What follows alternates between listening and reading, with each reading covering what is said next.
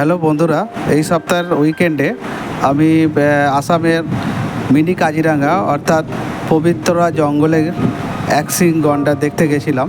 তারই একটা short video আপনাদের কাছে উপস্থাপন করছি। অ্যাক্সিং গন্ডার পবিত্রা জঙ্গলে প্রচুর রয়েছে এবং আপনারা জঙ্গলের মধ্যে অর্থাৎ সাফারি না করেই আপনারা এটা দেখতে পেতে পারেন শুধুমাত্র রাস্তা থেকে। আপনাদের সাফারি যাওয়ারও দরকার নেই। গুয়াহাটিতে গেছেন যারা শিলংয়ে ঘুরে এসছেন কিন্তু হাতে অল্প সময়ের জন্য কাজিরাঙ্গা ন্যাশনাল পার্কে যেতে পারছেন না, তাদের জন্য আমার ছোট্ট একটি রিকোয়েস্ট, যদি হাতে 6 ঘন্টা সময় থাকে তাহলে বেরিয়ে পড়ুন একটা গাড়ি নিয়ে। বলুন পবিত্র জঙ্গল যাব। 55 কিলোমিটার দূর তো গুয়াহাটি থেকে, মোটামুটি 1.5 ঘন্টা যেতে এবং 1.5 ঘন্টা আসতে সময় লাগবে।